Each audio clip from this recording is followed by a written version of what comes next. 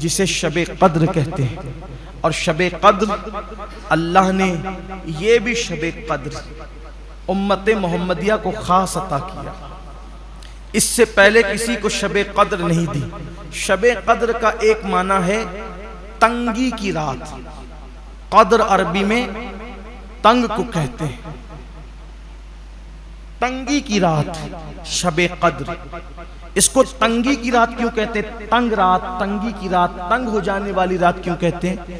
اس لیے کہ آسمان سے شب قدر میں اتنے فرشتے زمین پر آتے ہیں، اتنے فرشتے زمین پر آتے ہیں کہ زمین تنگ پڑ جاتی ہے فرشتوں کی تعداد سے. اتنی تعداد ہوتی ہے کہ زمین کم پڑ جاتی ہے، اس لیے اس کو شب قدر کہتے ہیں.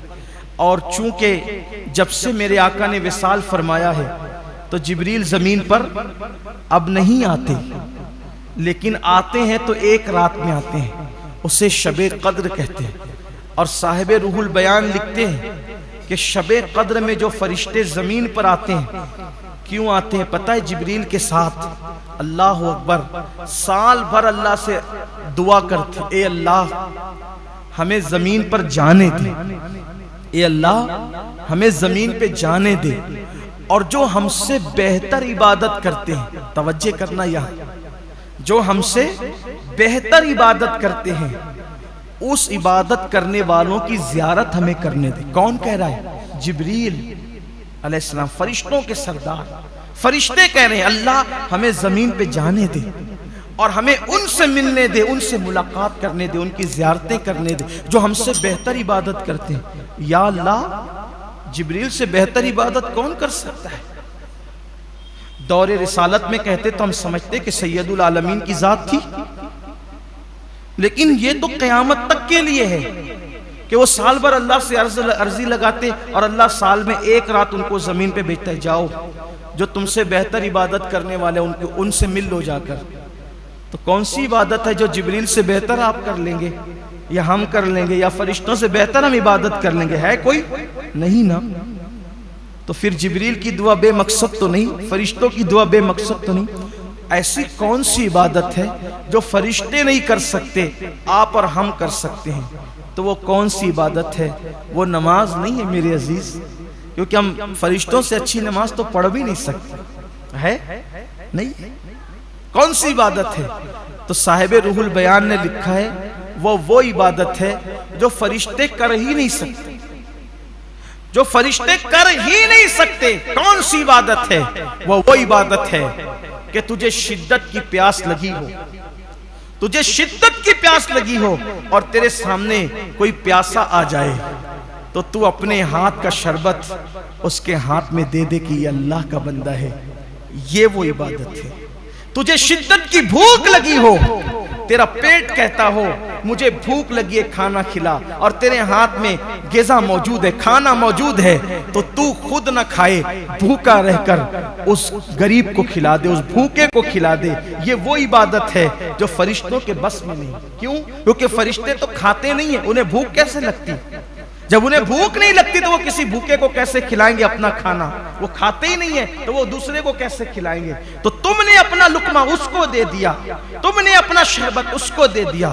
تم کو پیسوں کی ضرورت تھی اور تم جا رہے تھے بازار میں کوئی چیز خریدنے کے لیے، اپنے سے بڑا کوئی ضرورت مند مل گیا. جیسے میں جوتے خریدنے جا رہا ہوں بازار میں، میرے پاس پرانے جوتے تو ہیں، عید کے لیے جوتے لینے جا رہا تھا، مجھ سے زیادہ ضرورت مند کوئی ایسا ملا، ارے میرے پاس سحری کو پیسے نہیں ہے. دل میں خیال آیا یار پرانے جوتوں پر بھی عید ہو سکتی ہے، اٹھا کر مجھ سے زیادہ ضرورت اس کو ہے، ارے لے جا، تیرے بچوں کو بھوکا رکھنے کی بجائے سحری کروا لینا. اپنی رقم اس کو اٹھا کے دے دی. یہ کام فرشتے نہیں کر سکتے، یہ کام آپ کا ہے. اور فرشتے ایسے عبادت گزاروں کو ملنے کے لیے شب قدر میں زمین پر آتے اور ان سے مصافحہ کرتے. آپ کو پتا ہے یہی مالیگاؤں ہے، یہ مالیگاؤں. پچھلے سال عید کے بعد ایک خاتون آئی اور اس نے بتایا کہ میرے بچے ہر سال روزہ رکھتے تھے، لیکن اس سال میرے بچوں کا پہلا روزہ چھوٹ گیا رمضان شریف کا. پچھلے سال کے بعد پوچھا گیا کیوں چھوٹا؟ تو کہا کہ اس وقت نہ رات کو ہمارے گھر میں کچھ پکا تھا اور نہ سحری کے لیے ہمارے گھر میں کچھ موجود تھا، تو ہم نے بچوں کو یہ کہہ کر کے سلا دیا کہ رات کو بھی کچھ نہیں کھائے، سحری میں بھی کچھ نہیں کھائے تو دن کو روزہ کیسے رکھ پاؤ گے، اس لیے سو جاؤ۔ یہ ہمارا شہر مالیگاؤں، ایسے لوگ بھی اس میں بستے ہیں۔ اس طرف کی بستی ہے، بستی کا نام نہیں لوں گا، کسی کا عیب کھولنا مقصد نہیں، کسی کی غربت کا تماشا کروانا مقصد نہیں ہے، ایسے بھی لوگ ہمارے پاس آتے ہیں۔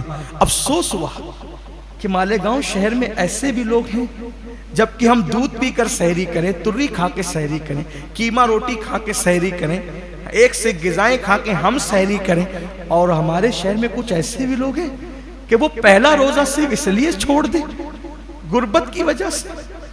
تو کیا میدان محشر میں قدرت ہمیں پکڑے گی نہیں؟ ہم صرف اپنے لیے ہیں یا کسی اور کے لیے بھی ہیں؟ اگر آپ یہ سمجھتے ہیں کہ صلاۃ التسبیح شب قدر میں پڑھ کے بخش دیے جائیں گے اور لوگ بھوکے سو رہے ہوں، میں سمجھتا ہوں یہ خام خیالی۔ مسلمانوں کو دین سمجھنے کی ضرورت ہے۔ نفل پر جتنا زور لگا رکھا ہے، نفل پر زور لگانے والوں پہلے فرائض پر توجہ کرو۔ بھوکوں کا پیٹ بھرنا صلاۃ التسبیح میں محنت کرنے سے افضل ہے۔ پڑوسیوں کا خیال کرنا صلاۃ التسبیح میں محنت کرنے سے افضل ہے۔ ادھر کسی کی توجہ نہیں ہے، سب اپنی ذات پر توجہ ہے۔ خدا کے لیے دین سیکھو۔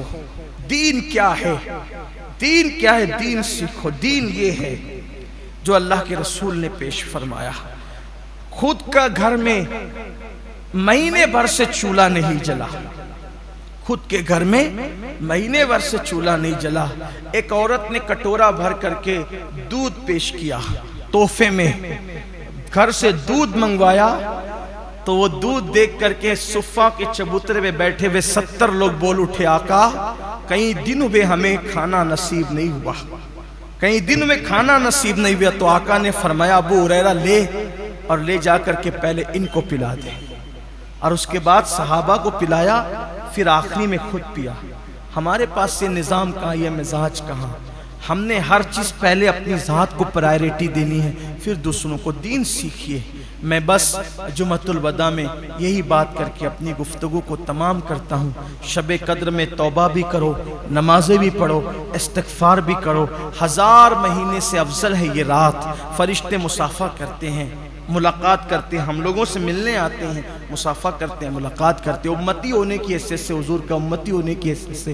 اور فرشتے اس ذات جس سے مصافحہ کرتے ہیں اس کو پتہ بھی چل سکتا ہے کہ فرشتوں نے ہم سے مصافحہ کیا کہ نہیں کیا، ملاقات کی کہ نہیں کی۔ صوفیاء کرام فرماتے ہیں اس کا پتہ چلنے کا طریقہ یہ ہے کہ اس رات جب تم کوئی نیکی کرتے ہو تو تم پر رقت طاری ہو جاتی ہے، تمہاری آنکھیں بھیگ جاتی ہے، تمہاری آنکھوں میں آنسو آ جاتے ہیں، اور پورے وجود پر کیف طاری ہو جاتا ہے۔